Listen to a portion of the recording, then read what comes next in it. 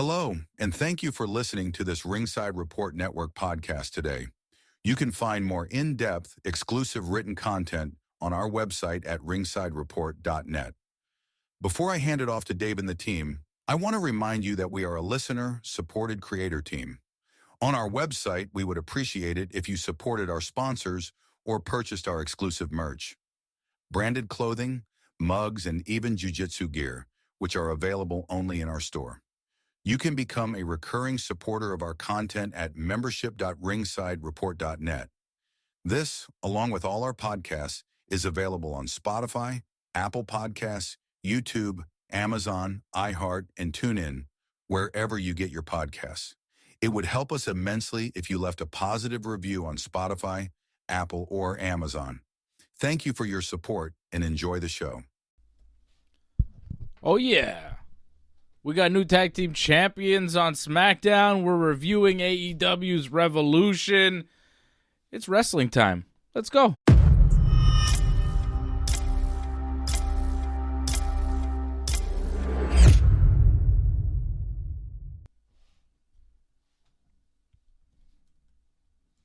Yep. We're here. Johnny's here. It's early. Catching me sleeping here. My goodness. I think we also lost you, Dave, as well, in terms of your volume. It's so early, John, is what I was saying. It's so early. We're here early, catching me sleeping on the Switch. My goodness. Wrestling, John. Pro wrestling. How do you like it this week? Well, I like that we're a bit earlier. I mean, we had SmackDown come on 3 p.m. in the afternoon, which was fantastic. Now, in the U.S., it's ongoing. So if anyone in the U.S. is watching us right now, or hearing us in some capacity, don't watch us right now because we're going to give away a lot of spoilers. Yeah. Because we already saw SmackDown because it was on Netflix at like 3 o'clock in the afternoon, Eastern time, which is great. It was live for us. Internationally on Netflix, SmackDown and Raw are live. And I think in the States where they have just Raw on Netflix, Monday's Raw will be live for them too. So they'll be in Brussels, Belgium. I think it's like 1 o'clock on Monday for Raw. So Americans will be able to do what we did and watch a live WWE TV show in the afternoon on Monday. It's very cool. I like that they're in Europe all this month. The rest of the month of March, it's all European TV. Belgium, Scotland, Italy, England, that's where they're at for the rest of the month. And it means we get to see everything in the afternoon, which is pretty sweet. I think what was pretty sweet is what Lior just wrote for right there, saying how in a lag time, like they actually get to watch us earlier, which is fantastic for them because, we're very late when we come on usually for them. Yeah, that's it. We get to come on a little bit earlier on a Friday night. We usually come on at 10. We're on a little bit earlier. And for Lior, who's in Atlantic time, it's 11 o'clock when we would start. So that's late. It is late. So I'm happy that we're on a little bit earlier here, John. I'm happy that we're able to watch SmackDown. I kind of watched it evening, afternoon type of thing. I didn't watch it live at 3. I couldn't watch it live, but I watched it a little later. And, I liked that it was done at 6 o'clock. I liked that SmackDown was over at 6, and we could get on now. And SmackDown is going on right now in the States, but it's very nice that they didn't block that out internationally. Like, I remember a time when the WWE, if the TV was on in the States, that's when it would air, They might have been able to air it on other channels, earlier, but because whatever deal they had with their American broadcaster, they got first run no matter what. But now, the international audience is getting to see SmackDown before the American audience, which like is kind of unheard of. You know, like that's unprecedented. When has the international audience ever got a WWE TV show before the American audience? If anything, the international audience has been getting it later, and sometimes like weeks later. They never do this. I think in some areas they actually did, because like I remember seeing videos, this is a couple of years ago now, where they would actually have it. You see it, like how it would come out. So like in some areas that they did, possibly in the UK, I'm guessing, you would have the actual SmackDown. Like you'd see it, the broadcast. Like you could find it actually online as well. Maybe if they were there, they did it live TV. Like as a special. And only SmackDown, not Raw for some reason. I don't know why. But we're going to get Raw early. We got SmackDown early. Getting SmackDown before the States get SmackDown is kind of nuts. That never happens for us. In Canada, to just watch it on TV? You know? I mean, Netflix is not quite TV, but you know what I mean. Well, I think that must be good for you, like, because you actually get to watch it with your whole family. Like, usually they have to go to bed before it even ends. So, I mean, that must be kind of nice. Well, my daughter's not so interested in SmackDown, and neither is her mother. And my son got WWE 2K25 that came out today, so he wasn't interested in watching SmackDown either. He just wanted to create characters and, you know, play that. So it was just me. Well, that's too bad, but, you know, maybe one day. And you have less distractions, possibly. Yeah. Well, a new video game, man. I get it. New WWE game. He's excited about that. I hope it's good. Yeah. I almost bought a PS5. I was like, should I get a PS5 for this game? But sticking with the PS4 until GTA 6 comes out and forces my hand. You know? I hope you give us a review one day of this game. Hopefully you play it yourself. You get to let your son not play for a little bit so you can actually review it for us. Well, I'll play with him at some point, and he'll beat me. He's very good at it. He's like 7 and already very good at this game and can beat me for real. It's pretty funny. I have to try. Kids are usually good at games. Like, I have to try to beat him, you know? Like, I have to really concentrate. But it's fun. It's a really fun game. I like the 24. What I've seen from the 25, it looks cool. I haven't played it, but it looks good. They're good games, the WWE 2K games. I enjoy them. I play them with my son and my brother. He comes over with another controller, and then we got 3 players going. A lot of fun. Really good wrestling game. Really good. Good roster. Nice customization of the matches that you could do. All kinds of different rules, all kinds of different matches. They got even more in this game that I've seen, but I haven't played yet. And the gameplay is really good. Really solid, really fun. I really like it. It's like very much like a classic style wrestling game. Very good.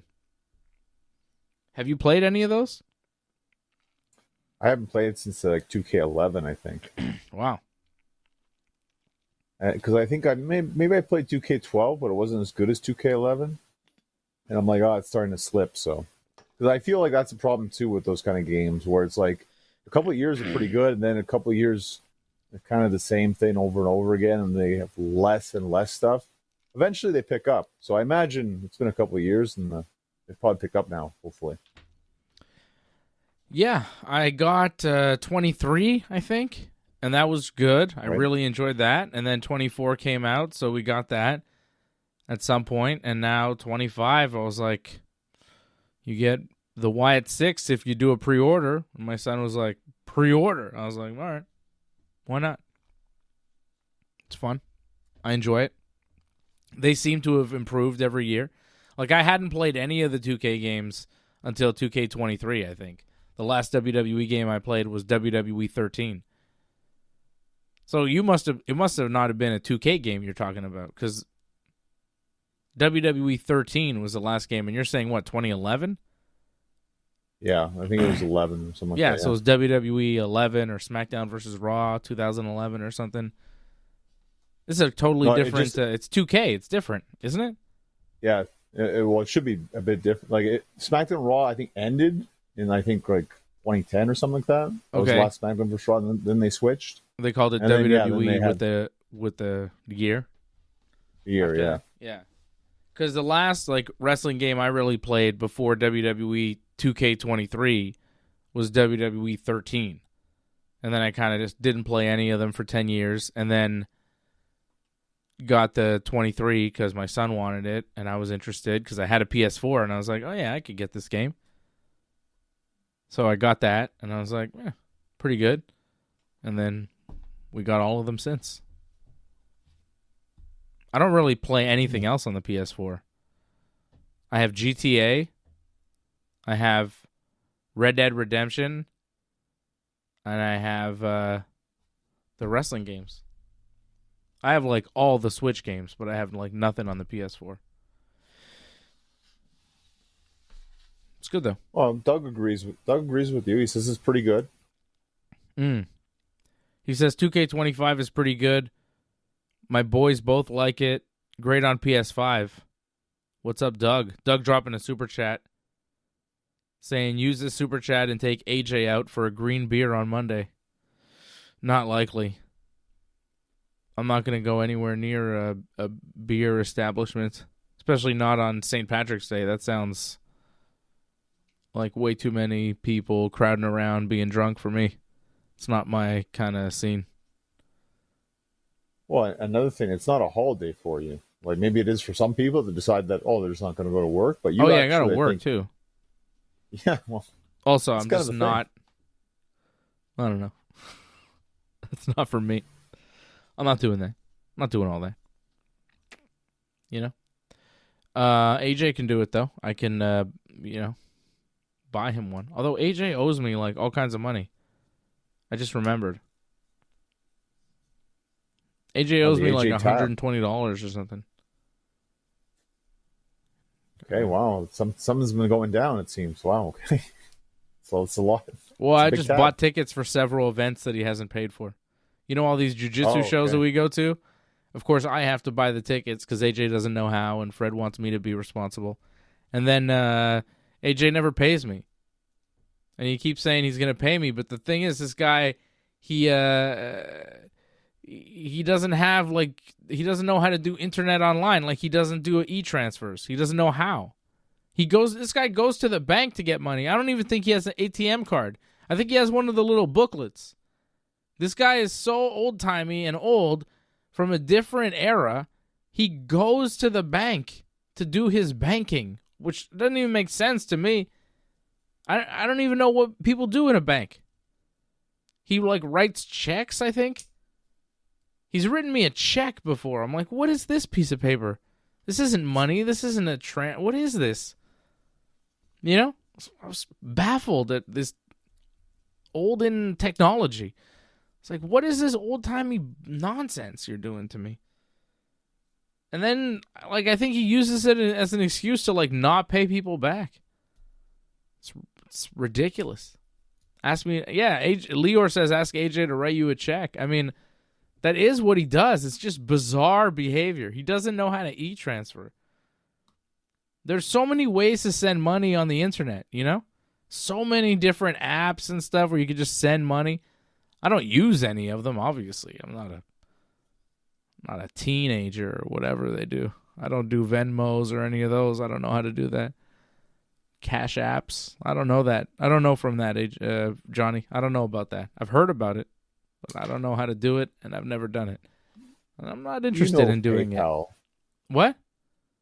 You know of PayPal. You've heard of that. I use the PayPal. I've used PayPal. Yeah, you could PayPal. I don't know if you can you send money. Yeah, I guess you can send money to people on PayPal directly, but PayPal takes a cut, no? E-transfer is just send me money. No? E-transfer is easy. E-transfer is the best way to do it, but I mean, if you can't figure that out, I mean, how can you not figure that out? I mean, it can be complicated because you have to work it out with your bank account, right? Like in your bank. Oh, so, apparently Venmo is just American Interac, which is like Interact. What is it? Interac? Yeah, it's not available in the Canada, I think. Okay. We don't have no Venmo. I mean, it's just things I've heard of. It's not things I know about or have like even done this much research to figure out what the hell they are, because who cares? You know what I mean? Anyways, he owes me money.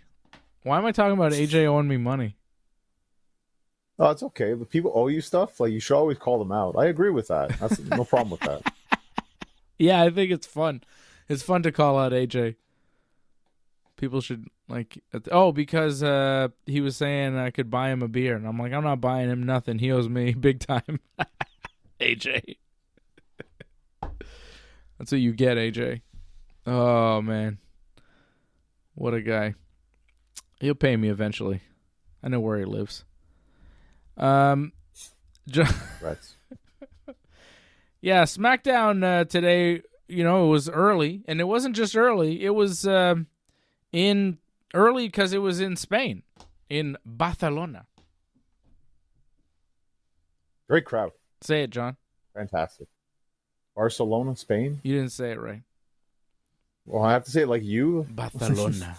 That's how they say it. What? Some of the wrestlers were saying it like that, too. It was funny. I like it. Barcelona. Some were like speaking Spanish, some weren't speaking Spanish, and then they were like, Nick Aldis was like that too, wasn't he? He's like, I don't know what you were talking about. But was you speaking Spanish? Like, but you only know that line in Spanish that you said like when you came out, and that's it? Like, yeah. Not a lot of the wrestlers seem to be speaking fluent Spanish. Where's like how come they didn't put Zelina Vega out there? Does she not speak Spanish? Well, she did a promo, right, against Chelsea Green. Like, she was there. Yeah, backstage, and she didn't speak Spanish. Yeah, that was weird. It's true. Right? You know what I mean? Like, she was there. They couldn't have done something with her in front of the people speaking Spanish. Instead, they had B-Fab do this, like, Spanish promo thing, walk into her match with Charlotte Flair, and... like, I've heard people speak Spanish. I speak un poco de español. And, like, B-Fab Spanish was not great. And Wade Barrett told us that B-Fab grew up fighting on the streets of Medellin, Colombia. And I thought, fucking no way she did that. Because if she did, her Spanish would be better than it is. I was confused by that whole thing. What do you mean she grew up fighting on the streets of Colombia? What? After that Spanish, I was like, how is that possible? Was she like 3 years old fighting, and that's why her Spanish is like kind of lost at this point? Because she spoke with like a pretty heavy American accent. Pinche gringo. You know? But I think her being from Colombia might be accurate, because I'm not mistaken, because Drew Onyx went to go train her. If I'm not mistaken, I think he went to Colombia to do that. So what's with the Spanish now? Rusty, possibly. Like, but her English seems like very American. Yeah, well, I think she's probably more that than Spanish, I'm guessing. Like, yeah, is she American or... like, where is she from, Bafab? She's American from Canton, Ohio. So what is this growing up in the streets of Medellin, Colombia? ¿Qué pasó? I'm sure if you dig deep enough, I'm sure it's out there. Maybe she worked some indies in Colombia at some point before WWE? I mean, I don't know. I don't know how you found it, but I found, regardless of her promo, Charlotte was clearly the favorite in this match. The fans were clearly behind Charlotte. Even though Charlotte was trying to be a heel and gave the whole, like, crotch chop, like, suck it thing to the crowd, they loved it. Oh, they were booing Charlotte. They were cheering for B-Fab. Oh, I disagree with that. They were cheering Charlotte, I found. Maybe you didn't understand the Spanish boos. I mean, there were some boos, but I found she made them into cheers too, though, especially when she did the DX thing. I don't know. I thought they had turned on Charlotte. I like the Charlotte chants. I like the chants from the Spanish people with like in English, but like with an accent. Chuti surf it. Chuti surf it. I was like, what is it? What are they saying? It was nice.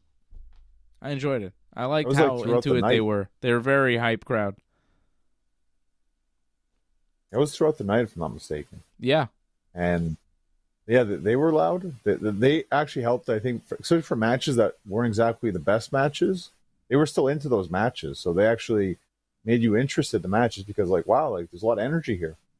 Like, I wasn't a big fan of Priest against Nakamura, but crowd was into it. Yeah, I didn't love that either. And I really didn't love that it ended with Drew McIntyre just attacking Damian Priest after he hit his finisher. It was like, man, we watch all this wrestling. I hate when they do that. When they have a really long match that ends in a DQ obvious finish. It's just like, come on, why did I sit through 15, 20 minutes of that match? It was pointless wrestling that led to nothing. They need to not do that. If you're going to have a long match, you need to give it a finish. And if you're going to do a DQ screwy finish, it needs to be way shorter. Because otherwise, it's just wasting my time. It's just practice. But you didn't find that, like, every match they did that? Like, I felt like, especially the first three. I don't know about afterwards. I don't think Randy got it. But, yeah, maybe Randy got a little bit, actually, because Kevin came. But almost every match that ended, there was like a brawl or something afterwards. Yep. Yeah. It was too much. Every match had like some post-match nonsense. We had Braun Strowman, Big Jim, and LA Knight beating Tommy Tonga, Solo Sikoa, and Jacob Fatu.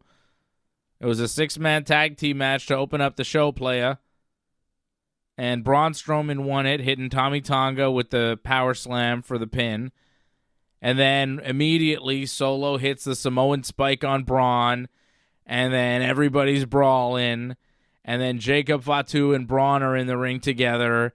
And Fatu hits like several moonsaults. He hit 2 moonsaults. And then he stood there and he got such a huge pop from the crowd that you could see him go, I'm going to do it again. And then he went and he did it again because he told Braun he was going to do another moonsault. That was awful. Did they forget they were on camera tonight? Like, Big Jim comes out. He challenged LA Knight to the U.S. tag titles at WrestleMania. LA Knight is the U.S. champion. There are no U.S. tag titles. What was Big Jim talking about? He's just so used to being in a tag team, he couldn't fathom challenging somebody for a singles belt. It was bizarre. And then Solo Sikoa came out and just stumbled over his promo, couldn't get any of his words out. You're the biggest family. It's like they knew that it almost didn't count because it was just being shown live for the international audience and it was going to get edited out for the States. So whatever mistakes they made, they just kind of shook off. Like Solo was like, he just kind of restarted his promo because he messed up. It was bizarre. I thought he dropped an F-bomb almost, it looked like. I think that's what it sounded like. It was going to come out, and then he like caught himself and then like had to restart because he obviously can't say that no matter where you are. Solo and Big Jim had rough nights on the mic there to start the show.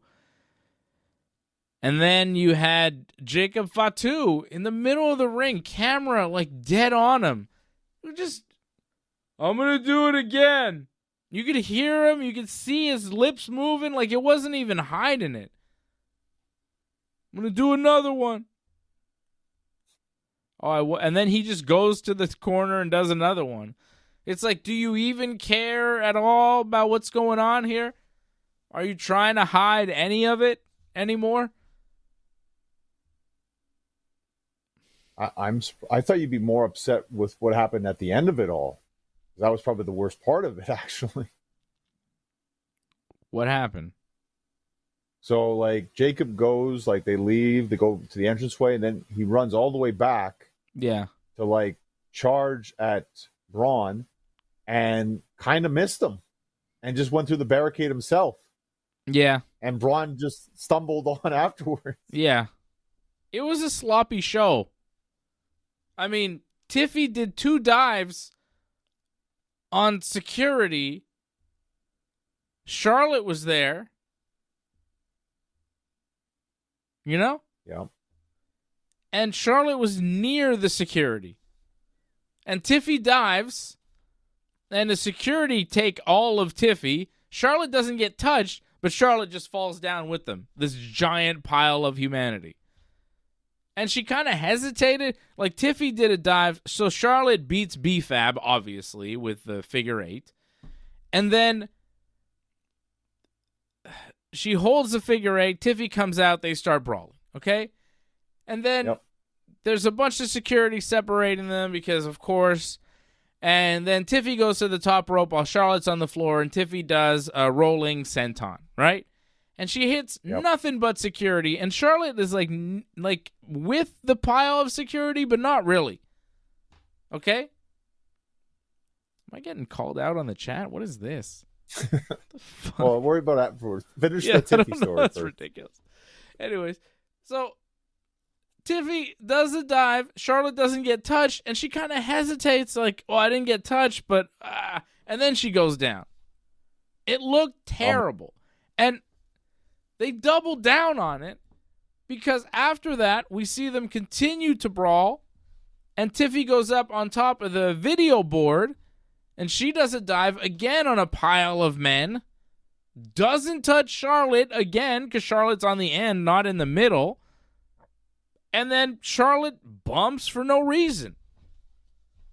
They did it twice in the same segment. It looked awful. The crowd popped for it because they like to see Tiffy flying through the air. It's cool. It's fun. But what are we doing? What is this?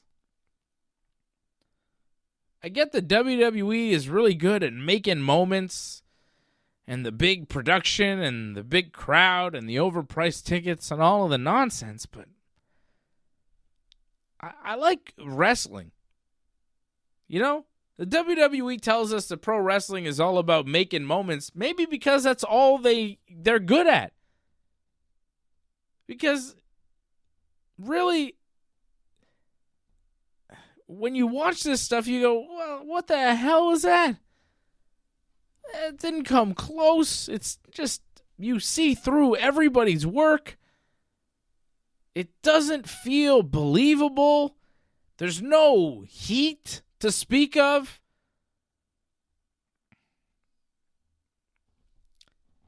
It's really watered down stuff. And they just do stuff like this where Tiffy does a dive and hits a bunch of security and Charlotte's near them so she falls.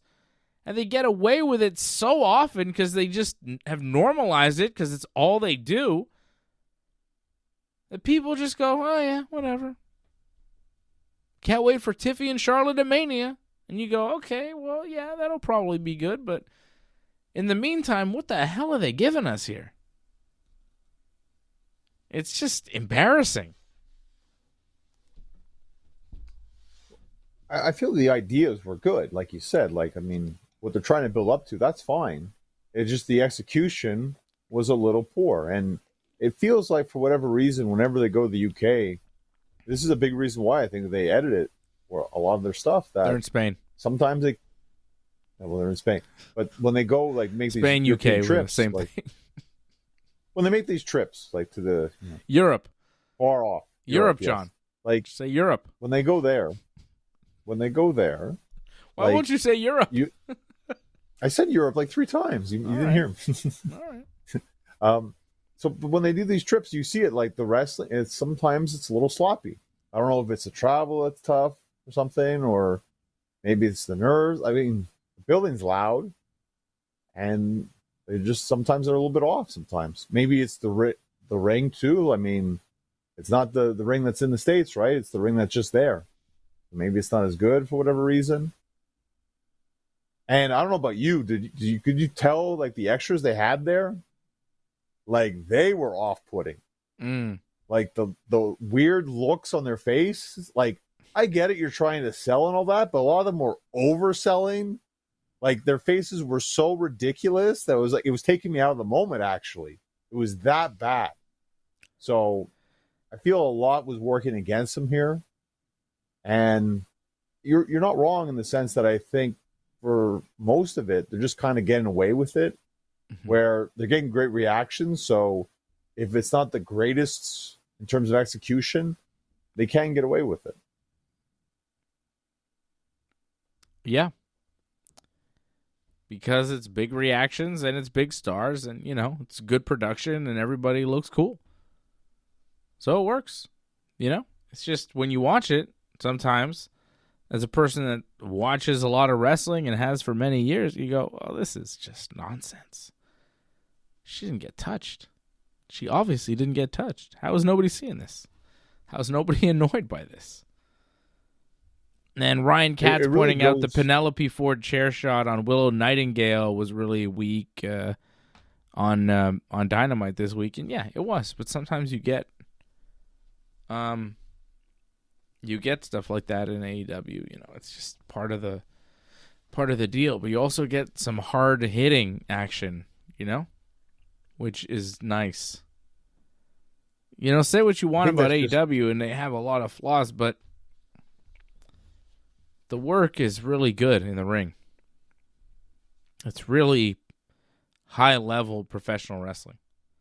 That pay-per-view they did on Sunday was incredible. So good. You want to talk about that or finish SmackDown? Nah, let's stick to SmackDown. Let's stick to SmackDown. Finish up the down. But you're right, John. It was just all post-match stuff. The Six-Man had a post-match thing. The Charlotte Flair had a post-match thing with Tiffy Time. We had Damian Priest and Shinsuke with Drew McIntyre in a post-match deal. McIntyre attacking Priest. But then Shinsuke is kind of involved in that too. Is that like a triple threat at Mania? I think it's just one-on-one Priest-Drew. I don't see how Shinsuke figures into it. No, I think Shinsuke was just kind of there because they had him. So, keep him around. I mean, he's relevant for now. So, and it kind of helps Priest in a sense. It gave him, he looked good in that, regardless of the whole Drew McIntyre interference. Yeah. Randy Orton beat Carmelo Hayes because obviously it's nice to see Randy wrestle a match on SmackDown. Doesn't happen often. Well, I mean, again, that's just for the reactions, really. Randy had a simple match, but him just coming out is one of the greatest reactions you're going to get all night. I mean, I'm surprised that wasn't the main event, to be honest, but because of what happened in the main event, I get it. Mm-hmm. But that match, too, Randy beats Carmelo Hayes, hits him with the RKO, and then goes to show respect to him after, but Carmelo pushes him away, so Randy hits him with another RKO, sets up to punt him, and then Kevin Owens pulls Carmelo out of the ring to save him, which enrages Randy, and then Randy goes after Kevin, and they kind of fight a bit, and then Kevin pushed Randy kind of into the post and ran away. So that match had a post-match deal. Kevin and Randy obviously going to wrestle at Mania. I don't think they've announced it yet, but you figure they will, right? What else are they going to do? I'm surprised they haven't announced it, to be honest. I would have thought they would have by now. Yeah. Gunther and Axiom didn't have any post-match deal. Didn't really need it. Although Gunther did do a promo with Big Jim after the match backstage. So. Yeah, but I mean, kind of no physicality at least. So yeah, I didn't know Axiom was from Spain, so they loved him there. Very happy to see Axiom, one half of the NXT Tag Team Champions. Well, because I think when it was WWE NXT UK. He had the gimmick of the A Kid, I think. Okay. And that was kind of his big thing, that he was from Spain. So, I mean, he is from Spain, so they kind of put that over a lot back then. And he mentioned he was A Kid, right? If I'm not mistaken, in the promo. So yeah. I didn't watch NXT UK. I remember the name. I remember him standing out a little bit. I do remember the name. And I remember Gunther was a champion there for a long time, too. So they probably wrestled before, right? It felt like they were kind of familiar with each other, the way they wrestled, yeah. Yeah, made sense to have that match on SmackDown. It was all right. And then the Street Profits beat the DIY to become the new WWE Tag Team Champions. These tag team belts are really bouncing around. They've gone from DIY to Motor City Machine Guns, back to DIY, and now to the Street Profits. And very soon, coming up, gotta be soon, yes, boy! to Pretty Deadly. Gotta be. Well, next week it's in London, right? Next week's in Italy. The week after, they're in London. So there you go. It won't be next week. It'll be the week after they get the title shot. But will they get the title in London? I mean, they keep flipping these titles all the time. It's not impossible. I actually think it'd be better if they had the shot at WrestleMania, to be honest. Yes, boy! And won it at Mania? But if they have it early, I don't know if it's going to happen then. So, I want to see Pretty Deadly win those tag team titles. Roman Reigns will be on SmackDown next week. Roman Reigns. What? Heyman got booed because he mentioned that Roman would be on SmackDown next week, and the crowd got mad. Well, they wanted Roman which is tonight. Smart. Of course. Why would you ever say next week I'll be here? Of course people get mad. You should be mad. Who's Heyman with? Roman or Punk? Wow, I think he's going to be with Roman, but they'll play that up with is that a three-way? They haven't made that official yet, right? So no. So CM Punk wrestled Seth Rollins on Raw in a steel cage, and the door was open, and Roman pulled Seth out of the cage to help Seth win, and then beat Seth up. And then Roman saw that Punk was in the cage with Paul Heyman getting, I don't know,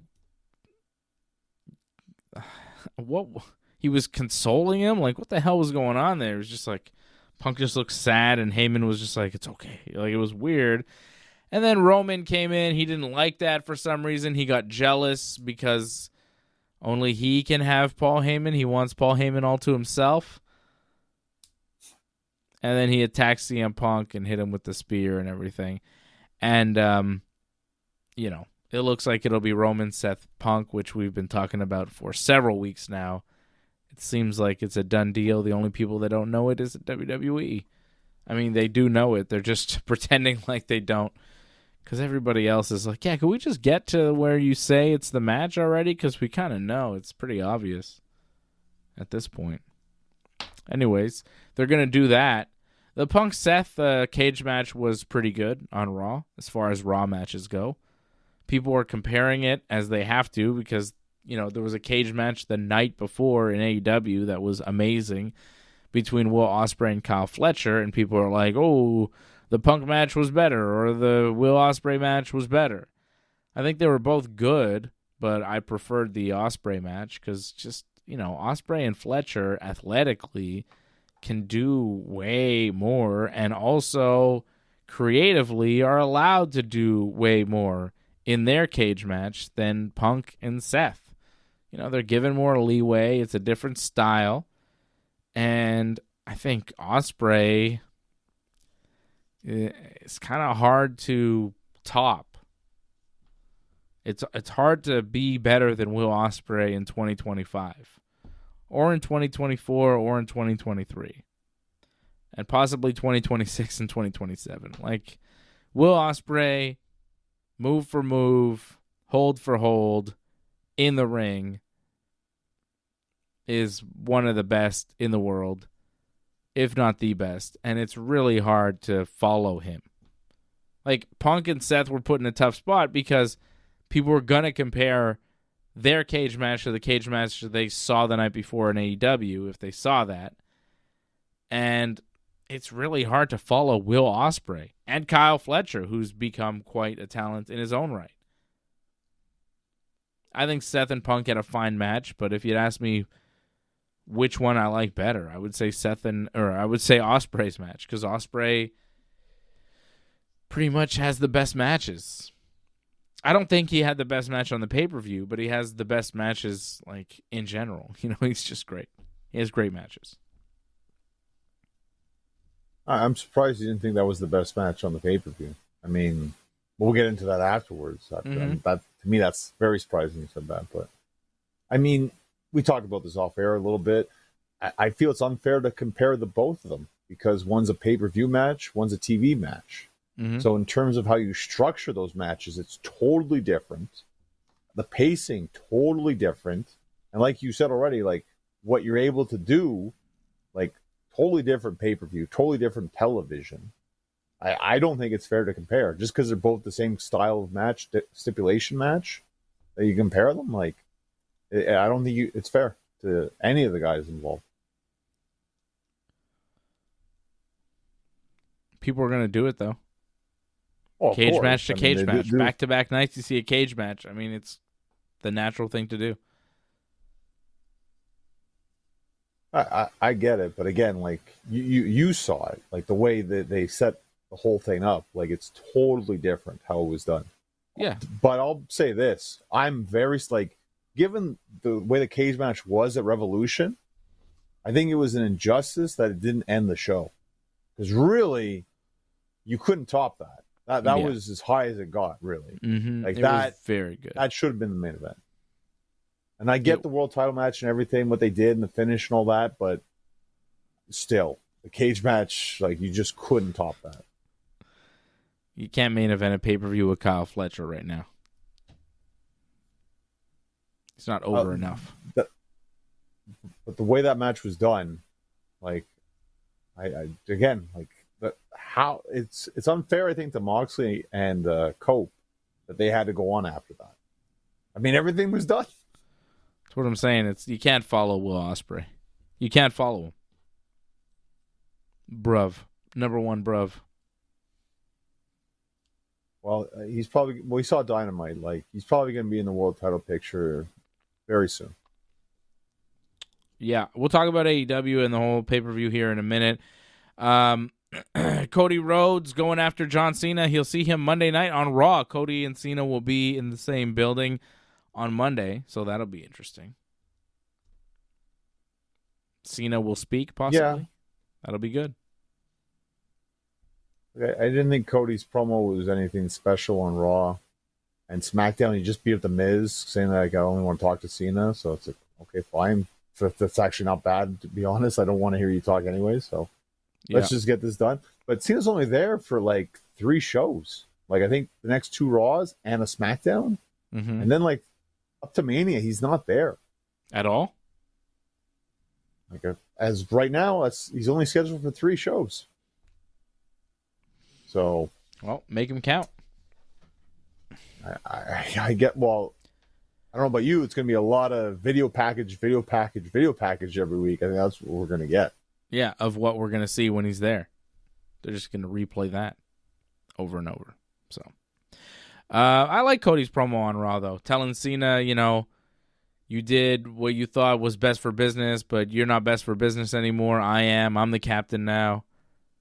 Kind of fall in line, like, this is my house now. This is not you. Look at the business we're doing. We weren't doing this business when you were on top. Thought it was a good promo. You didn't like it? I didn't mind him, but the fact that he's just saying it to thin air, that was the problem. Like, that's cool to say, but say it to Cena.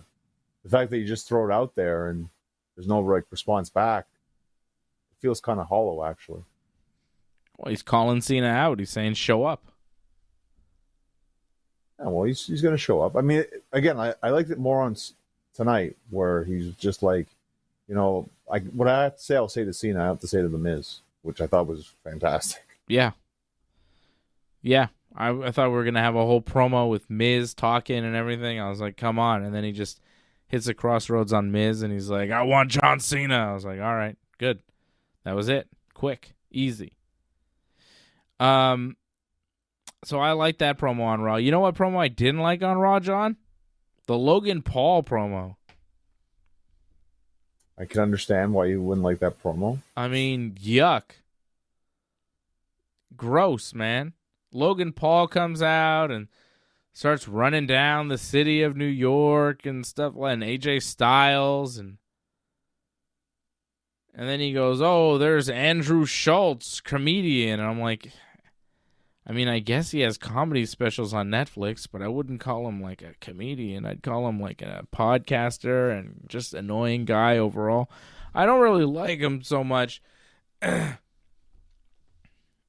Hey, Dave and Johnny, if I'm being I don't honest, want to. No, I was the first one in the entire world get this guy out of to here. say that Shut Logan up. Paul is something special. Shut the fuck Mark up. my words. You suck. Fuck that guy. AI AJ, that motherfucker.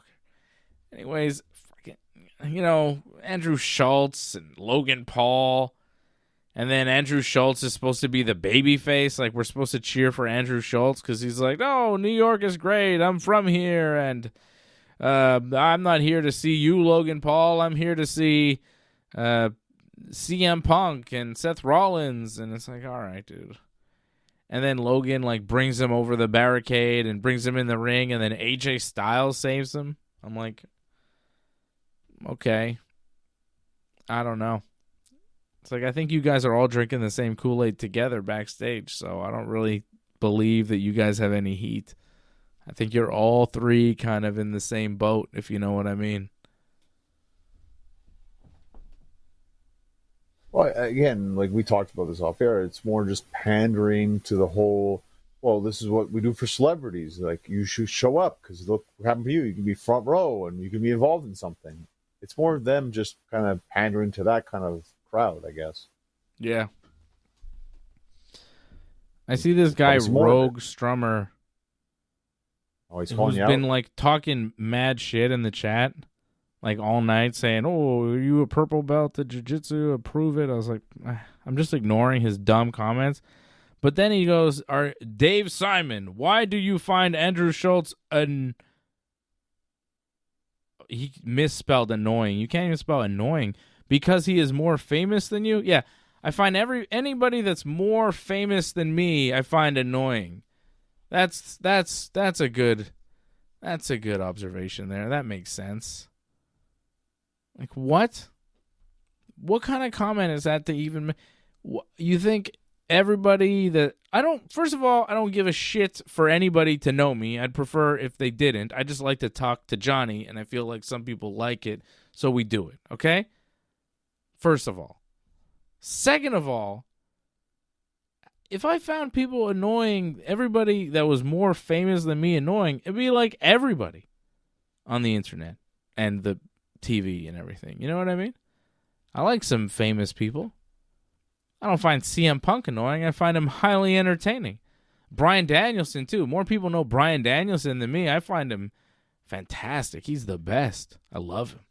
Pretty Deadly. I mean, way more famous than I am. They're fucking in WWE. And I love those guys. So, no. I think Andrew Schultz sucks for many reasons. I don't like his politics. I don't like the way he speaks. I don't like the way he acts. I don't like the shit he said about Kendrick Lamar. I think he's kind of a punk bitch, to be fair to him. That's kind of putting it nicely. So I don't like him for many reasons. Okay? Yes, boy! Yeah, and it has nothing to do with him being famous. I don't like that whole Joe Rogan circle of comedy for the most part. I find them, in general, not funny. Especially like their ringleader, Joe Rogan. I find him especially not funny. And at this point, just kind of distasteful. I used to kind of like him, and now I'm like, yeah, I kind of dislike him. It's hard to defend some people at a certain point. You go, nah, maybe they're just bad. Maybe they're just bad guys saying dumb shit constantly. So, Andrew Schultz kind of falls into that whole thing. And so does Logan Paul. You know, they kind of fall in the same trap of dumb guys thinking they're smart. And then AJ Styles shows up, you know. Helps him. Whose famous quote is, "I'm not saying I'm a flat earther. I'm just saying there's some things you might not understand. Some things you can't handle." And then Bryan Danielson sitting next to him just laughing his ass off. "Hey, AJ, why don't you tell us about how you think the earth is flat?" AJ's like, "I'm not saying, yeah, AJ's a flat earther. I'm not a flat earther. I'm just saying." You know? I bet you Andrew Schultz has some questions about whether the earth is flat or not. I mean, he probably, he thinks it's round, but, maybe. I've heard some things. I saw a thing on YouTube that made me think maybe it's not. I was like, oh, okay. You fucking moron. Just stupid people, you know? That's the problem with the internet, John. Like, everybody has an opinion and they, like, say it, and then other people who are also stupid go, well, I think that's right. You go, no, you're all just dumb. You're all just dumb guys.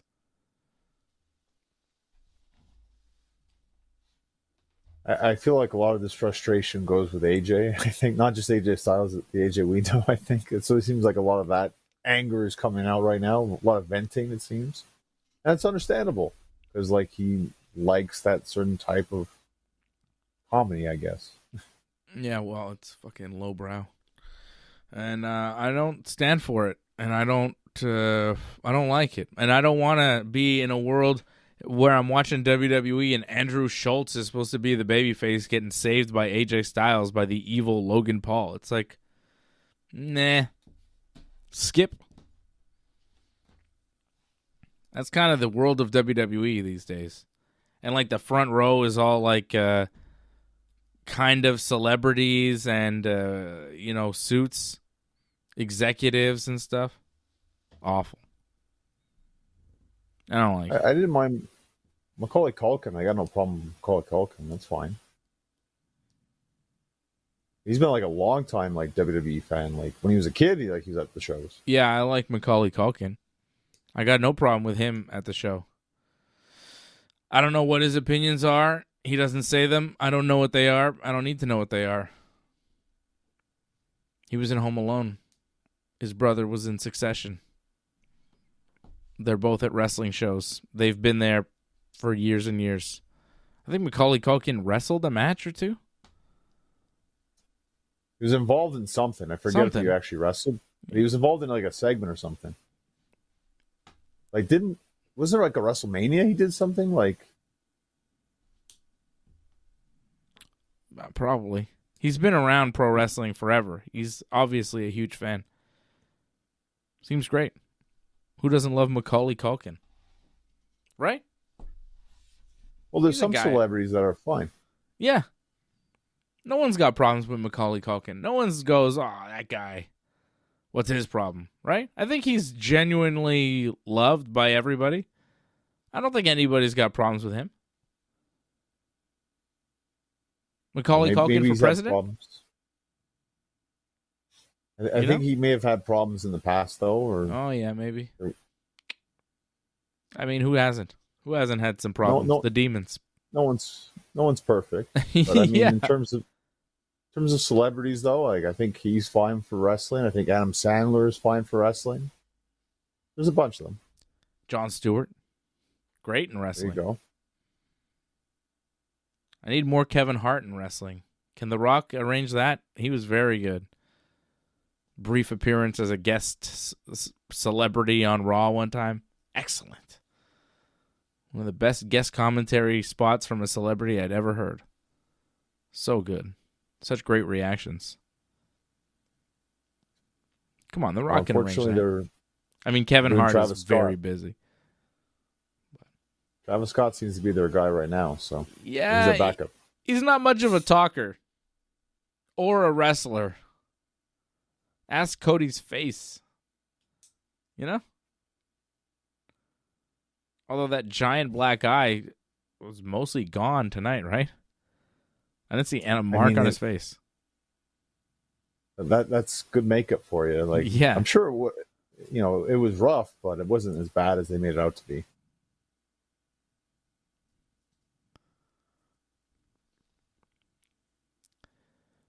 Yeah, but still, Travis Scott is not going to be very useful in pro wrestling, I don't think. He's not Bad Bunny.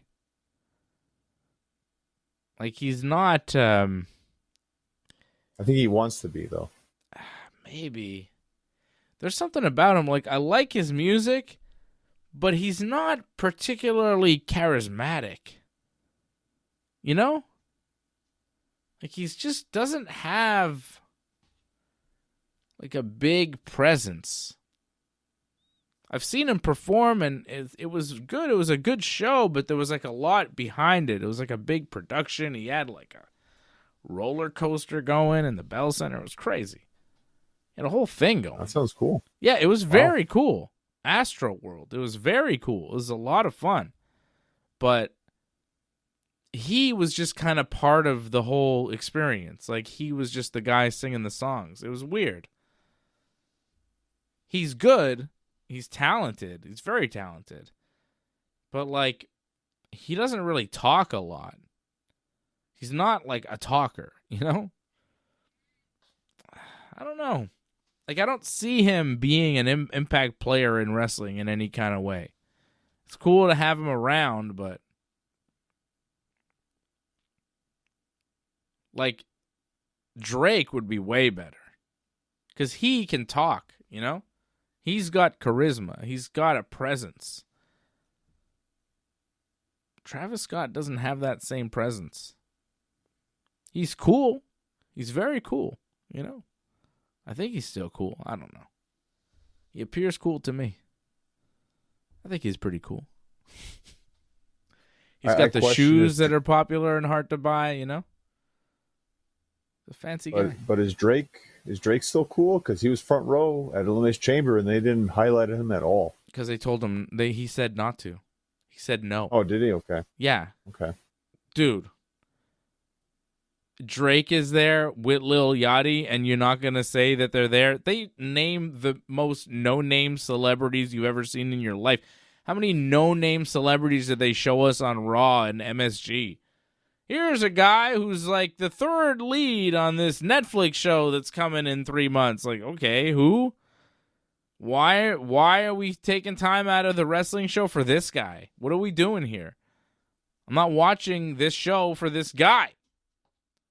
So they would show Drake and Lil Yachty if they were allowed to, but Drake and Lil Yachty said, no, don't do that. We're good. They were there, front row at Elimination Chamber, but they don't want to be shown on camera. They don't need that. Oh, like you just said, we don't really need that, and yeah, it's better not to, because what does it lead to?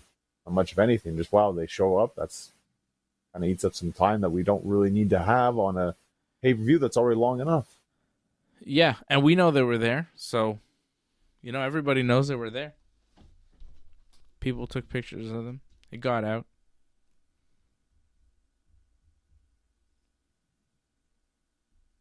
One more thing, by the way. Yeah. There's they put that graphic out about Charlotte and her title wins.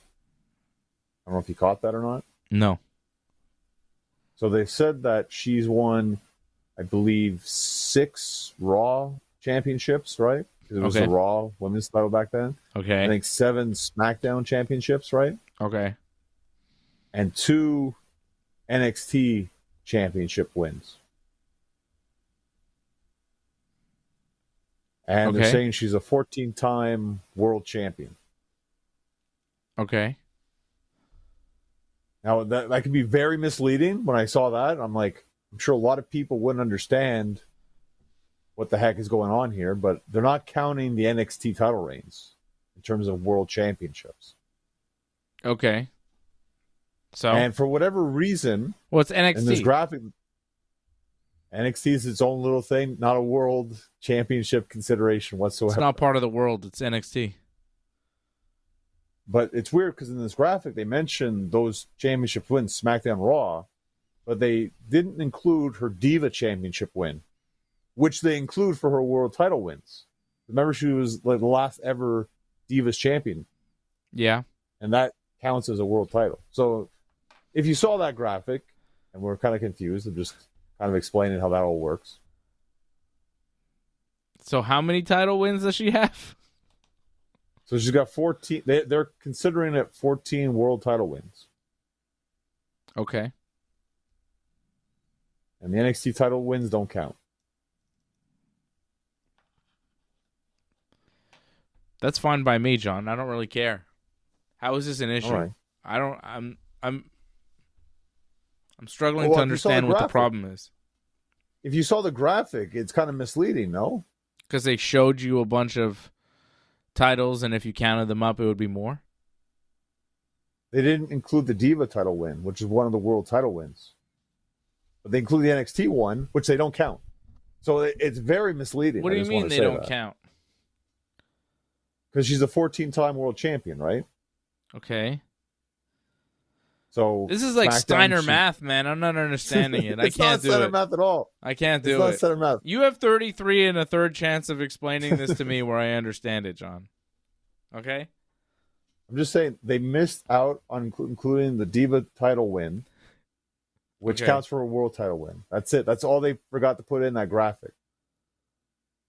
Because they said she's a 14-time world champion, but they didn't include that for whatever reason, which is ridiculous. They include her women's tag title wins. Because I think she was with Asuka, I think, right? As a women's tag. And did she win with Becky too, possibly? How does that count as a world title if tag titles? That doesn't count as a world title. Again, like, that doesn't count. And the NXT titles, they don't count. What does count? What counts anymore? Just the Raw, SmackDown Divas. That's it. And I guess now it would be the first time she'd ever be the women's world champion, right? She's never won the... Actually, no, it's WWE Women's Champion. The world's champion is on Raw. They got a lot of belts in this company. They got a few. And there'll be like how many title changes at WrestleMania? Like 10? 12? Yeah, there'll be a lot, right? Last year was like 7 or 8 title wins. Over the 2 days, right? Yeah, yes. Yeah, still. Yeah, that's when they make a lot of changes. It's predictable. Be happy. Yeah, stuff happens, I guess, only at Mania. That's why they charge you $20,000 for a ticket. Oh, by the way, I will be wrestling on April 19th in St. Basil, so I will not be there for the WrestleMania post-show. Day 1, at least. Just to give you the heads up on that. Cool. Go see Johnny wrestle, skip WrestleMania. Well, Rob Kloos is actually skipping WrestleMania to watch me already. He's already confirmed it, so yeah, that's happening. That's the move. Okay, we didn't do a post-show for AEW Revolution because it was on a Sunday night, and we both have things to do on Monday mornings, and AEW just goes way too late. Overall, score on 10, John, just as an overview of this pay-per-view. I want to get that from you. I'm just going to give a quick recap of what happened. Hangman Page beat MJF. Mercedes Moné defended her title against Momo Watanabe. Swerve Strickland beat Ricochet to become the number 1 contender for the world title. Okada defended his Continental title against Brody King. Bobby Lashley and Shelton Benjamin defended the tag titles against the Outrunners. Timeless Toni Storm defended her women's world title against Mariah May. Kenny Omega beat Konosuke Takeshita to become the new AEW International Champion. Will Ospreay beat Kyle Fletcher in a steel cage match. And Jon Moxley beat Edge and Christian in what turned out to be a triple threat match to retain the AEW World title. Overall, Johnny, score on 10 for this pay-per-view. What do you think? Well, just remember, this isn't counting I didn't watch the pre-show. I don't know if you caught the pre-show or not. No, I did not. Okay, so I'm not including that, but apparently I heard the pre-show was really good. I don't know if you heard about what happened at the pre-show or. I heard Big Boom AJ was there eating chocolate chip cookies. Yeah. I think I caught like the tail end of that or something. I caught like just the last like minute or two. I mean, that was what it was, like kind of ridiculous. It was kind of cool. The Rizzler dressed up as Orange Cassidy. I thought that was kind of funny. Yeah. That was about the highlight of that, I thought. Okay. But apparently the match for that on the pre-show, Hologram had a match. I want to say it was like a... Commander and Hologram beat Lee Johnson and Blake Christian. I don't know who they are at all. Well, ROH guys, pretty much. Okay. But apparently I heard that was a very good match. So I actually probably will go back and watch that because I've heard good reviews about that. And something happened with Jericho, too. Like, we saw it a bit on Dynamite. Like, he took away a mask. Gravity's mask, if I'm not mistaken, right? Because, his parents were at ringside, and, like, Jericho jumped him. And Bandito, I think. Did he take both their masks or something like that happened? I'm not sure. He's got some masks. So now, with Gravity without a mask, is he now anti-gravity? What's his story? I thought he'd be no gravity, but no okay. Gravity. Anti-gravity is not bad too, actually. Yeah, I think he's anti-gravity, which is almost better than gravity. I thought Jericho was trying to do a thing like with Ray. Remember, like when he took Ray's mask and like it's his now, and like he can wear the mask because it's his kind of thing. I thought he was gonna do something like that because like the way he was holding up the mask, like it was his own thing. Mm-hmm. I don't know if he's gonna do that or not, but I thought maybe he might possibly do that. But going back to your original question of like what score on 10? Yeah. We kind of got sidetracked. I thought up to the cage match, I'm like, this might be one of the highest rated pay-per-views. But it didn't end at the cage match, sadly. So I'd go 8 on 10. Yeah. I'm going to give it exactly the same. I think it was an 8 on 10 pay-per-view. Very good. Great matches. But then the main event was kind of flat. But, I mean, probably the best pay-per-view I've seen this year, I would say. Because, like, wow, those matches. Mm-hmm. Okay, I know it's early. Yes, it's early. Sure. Yeah, but, like, wow.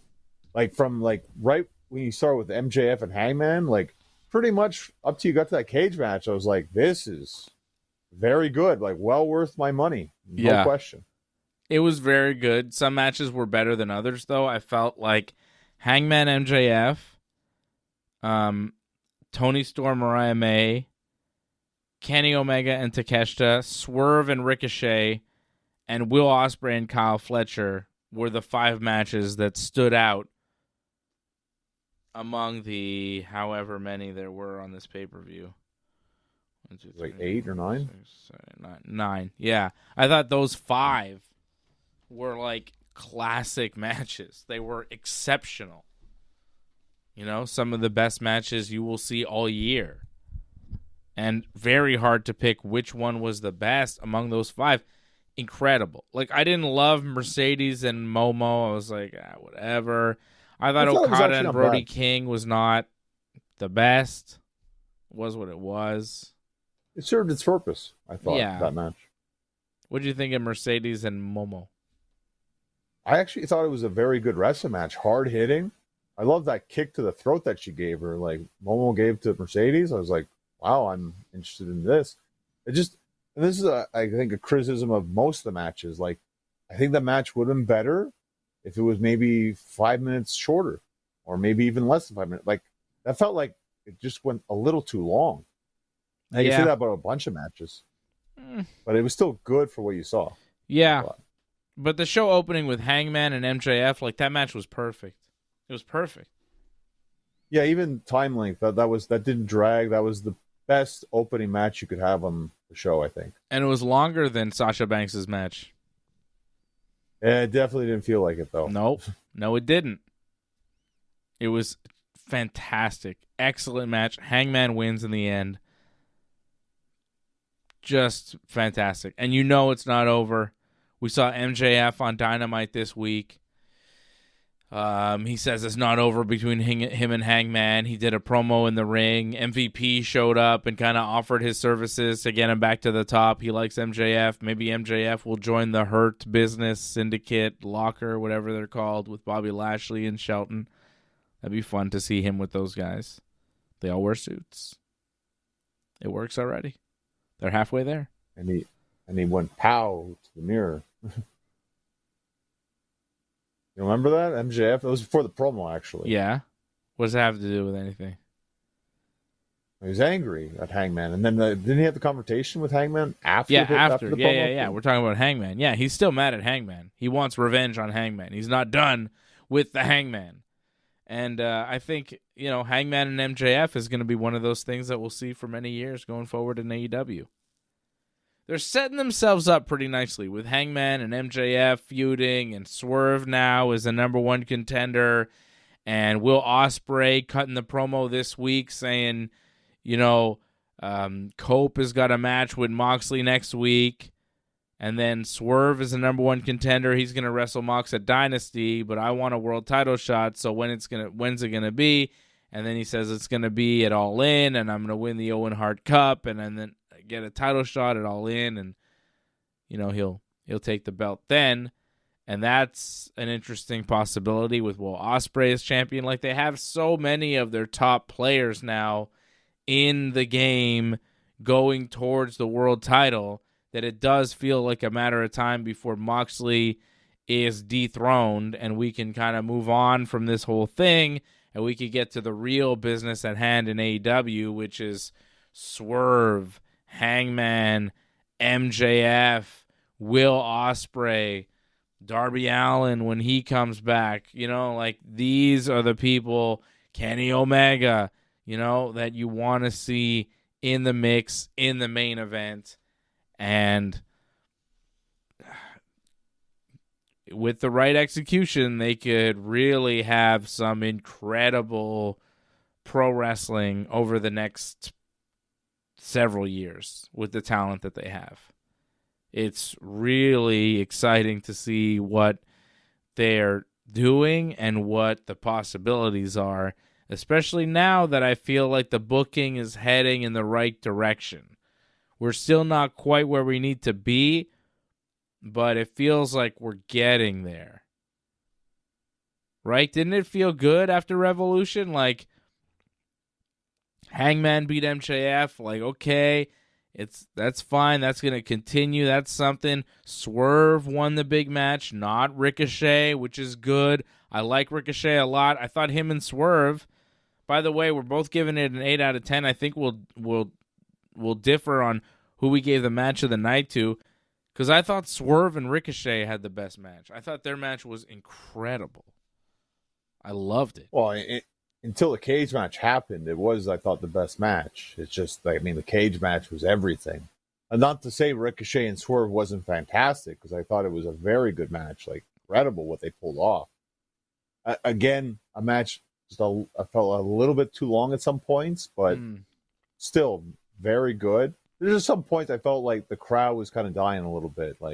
But again, not the worst thing to happen. Still very good. And what they pulled off, and that vertebraker on the table, yeah, that looked like that killed. That Death Valley driver, right on his face, some scary. They really went all out, and I'm not surprised that Swerve apparently is injured after this match, because it's incredible that they're not hurt after that. Yeah, they really left it all out there, and the bumps that they took, the head drops, and everything that they were doing to each other, it was just vicious. And I liked what Ospreay and Fletcher did, but it felt like it was a different style of violence. It was bloody, it was big flips, it was big stunts, but Swerve and Ricochet were just dropping each other nasty, just nasty drops, and it's just it felt more dangerous in a way, I agree with you, but that Styles, we'll get into the cage thing, but that Styles Clash and that Spanish Fly, I'm I'm sorry, I can't top that. It's crazy. Yeah. Will Ospreay does things where you go, no, there's no way he's going to do that. And then he does it. And you go, oh, he didn't die. It's crazy. No one died. There was that moment, especially when on the top of the cage, I'm like, uh-oh. And then I realized, like, wow, like, and you could probably notice it more after Monday, like, those cages look really tall in AEW. I don't know what it is. Like, I guess maybe because they have more of a platform so they could stand a bit better. But it looks really high up there for them. Like, I was more impressed that they were able to pull that off because of the height. That Spanish fly off the top was ridiculous.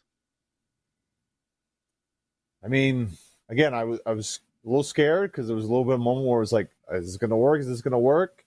And then it's like Scalper even said on commentary, everyone just breathed like a sigh of relief right there that they survived. Even though it looked like Ospreay totally messed up his hip doing that because he landed all his weight on it. So, again, like, hats off to him to do that move because that probably took more out of him than it should have. It was an incredible match. I'm guessing that's your match of the night. Cage match? Oh, without question. Just because, like, again, like, nothing could top that. And the thumbtacks, like, the way he landed on those thumbtacks, I was like, that has to be the finish right there. Like, one, his ball sack, like, must be covered, like, in thumbtacks. His face must be covered in thumbtacks directly and driven hard on the thumbtack. I was surprised Fletcher was able to get up after that. Yeah. Kudos to him to do that, too. Like, that's a lot of crazy stuff they pulled off in that match. Patrick Deneau says AEW Revolution was amazing. I give it 8.5 on 10. At least 5 great matches. Yeah. And I had a blast. Was just a little too long as usual, and I don't mind the finish to the main event. Yeah, it was what it was. Chris Topsy says 8 out of 10 is fair. Cage match should have been last, but solid show. Yeah. Really good show. Cage match was good. Kenny and Takeshita was really good. Kenny became the new international champion. Kenny is so good. My God. Well, I think what was impressive about this was that Kenny can still do the match that he could always do in the past. Like, that was something I was kind of concerned about. Like, has he lost a step? But it didn't look like that. Like, we saw in the tag match, he was still pretty good. But again, that's a tag match. This is like, he's got to go himself. And they went, 30 minutes in this match, too? Yeah.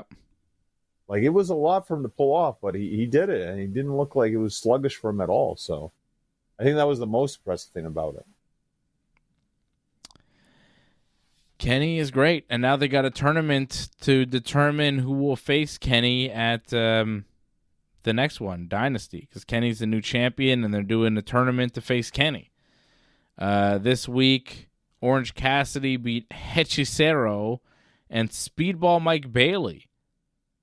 Montreal wrestler made his AEW debut, defeating the Beast Mortos in the quarterfinals.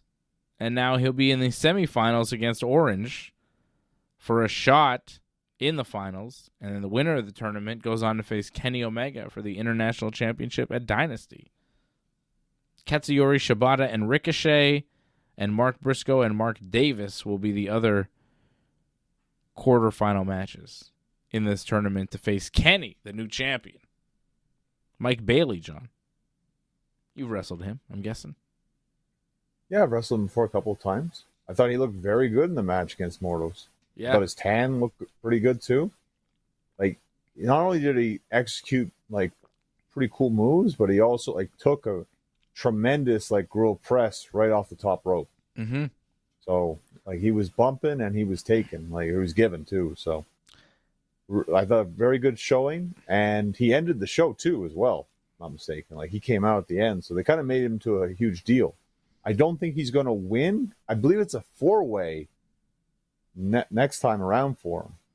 And I Orange think Cassidy ended the show. Mike Bailey was like midway through the show. What are you talking about? Mike Bailey came out after the match was over. After Orange Cassidy won, Mike Bailey came out. Oh, right. After the Orange Cassidy match. And he looked at Orange because he's setting up the... Yeah. Okay. Yeah. I thought you were talking about his match. I was like, what? No. Like, though I thought it was a better match, to be honest. I think that match was the main event. I wouldn't have had a problem with it whatsoever, but it wasn't. But still, they fade the black on him. I think that was a good showing for him.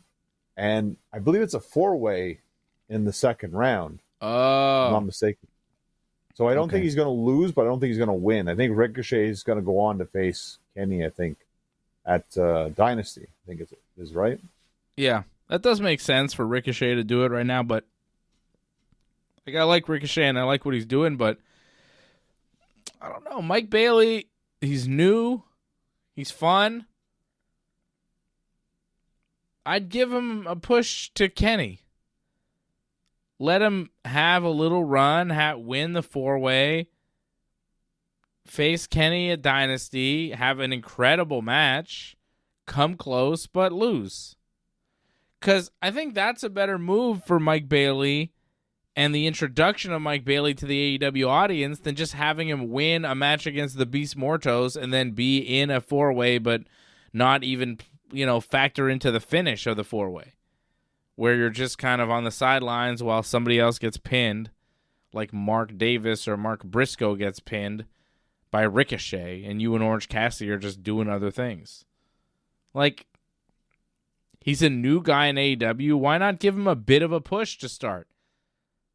Like, this is why they can't really make stars, is because they don't give you anything really meaningful when you start out with the company. They just give you, one win, and then it's like, oh, now you're just one of the guys. Like, literally, that's what's going to happen to Mike Bailey. One win, nice debut, and then the next week or two, you're in a 4-way, you're just one of the guys, you lose, you don't even factor into the finish, you're not really featured in the match, and you're not on pay-per-view. So what's the point of signing a guy like that? What's the point of signing somebody new? If you're not going to try and make him into a star, if you're not going to try and elevate him, if you have him win the 4-way, all of a sudden it's like, oh, who's this new guy that's like pretty cool and he's winning matches and oh, he's facing Kenny at the pay-per-view. That's interesting. Maybe they'll give him the belt. Maybe they're giving him a push. And then he has a good little match with Kenny. It's very exciting. It steals the show. He loses, but it's fine because he's wrestling Kenny Omega.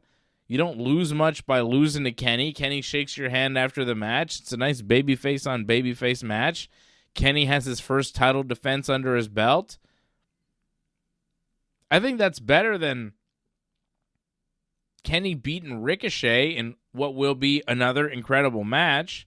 Because, who's wrestling Kenny and not having a great match at this point? But, Ricochet is great too. But he just lost to Swerve. I don't want to see Ricochet in this new character that's good and working and finally over. When you finally get over, you finally have a character and a promo that works, you lose in back-to-back pay-per-views to Swerve and Kenny? That kind of kills you off. I don't want to see Ricochet win this thing. I don't want to see Orange wrestle Kenny. I don't really see a point to that. Mark Briscoe and Mark Davis, come on. I think it should be Mike Bailey. I think that's the move. We'll see what they do. I think it's going to be Orange or Ricochet. Probably Ricochet. I think it should be Shibata or Mike Bailey. Because Shibata's wrestling Ricochet. It'd be fun if Shibata won and then Shibata went on to face Kenny. That'd be cool. Do that. Or give it to Bailey. But I think it should be Mike Bailey. Well, Shibata did have the stare down with Kenny, so they did kind of tease something. So it's not as far-fetched as you might think, actually. Mm-hmm. Why not? And if they give it to Bailey, sure, that's fine. It's not what I'm expecting to have happen. I'm expecting he's going to get screwed over or something. That'll lead to his pay-per-view match. But I mean, that's fine too. Like you said, it's a great match. Do it. I have no problem with it whatsoever. I'd rather him with a pay-per-view win, but I mean, if they make him look good with Kenny, that's fine too, actually. I think they should do that, but we'll see. And of course, the timeless one, our champion, the number one women's wrestler on the planet today, had another incredible match with Mariah May. So bloody. So bloody. They were both bleeding like crazy. Tony more, but Mariah was bleeding quite a bit too. Tony's whole face was just covered in blood. And as she put it on Dynamite, she had stitches in her lip, staples in her head, and glass in her ass. There's a lot of glass in that ring that they were just bumping all over in. So, yeah, and her legs were just red. All red. It was crazy. Great match. Great, crazy match that you'll probably never see again. But that was a good way to end their rivalry, I think. And it was. I like the whole, like, the end and all that they did. That was really well done. Yeah. I liked it too. I like everything that Toni Storm and Mariah May are doing. Toni Storm's promo this week was great. Like, she's so good at everything. She says, no one swings like Toni Storm. So ladies, put your keys in the bowl and let's get this started, calling out all the women in the division. But also saying some saucy things. It's just, she's just great. And then Megan Bayne attacked Toni Storm, so I guess that's what's next for Toni. But I think her and Mariah May are going to continue for years and years. I think that's not over. It will continue, but in the meantime, we'll see Mariah May. We'll see Megan Bayne, and we'll see whoever else. I think Toni was maybe calling out Mercedes Moné a little bit. I think Mercedes versus Toni might be the move. All in? Well, she was talking about all the titles, right? So, yeah, the kind of situation maybe that could happen where it's champion versus champion. But I also feel Mercedes is going in her own direction because she's feuding with somebody else who's connected with another champion. So I feel like they might be going that direction with Mercedes. Who's she feuding with now? Well, I think, if I'm not mistaken, next week, because she did the promo against her, she's going to be facing Billy Starks. Oh, yeah. And she's connected with Athena, who's the ROH champion, women's champion. And she's from Texas. All In is in Texas. So I think that's the match they're probably going to do for Mercedes, I think. Okay. So Toni, I don't know. Like, who would Toni face at All In if it's not Mercedes? Mariah again. Again? I don't know. There's got to be somebody else. Megan the Bane. Are we going to wait that long for that? Like, because we got Dynasty April 6th, which is actually not too far away, and then we will have Double or Nothing before we get to All In.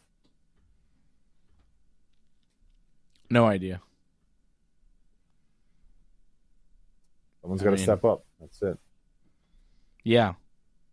They don't really have a big match for Toni Storm. That's why when Megan Bayne showed up, I was like, okay. I don't know. She's new. Right up to Toni Storm, it's like, why?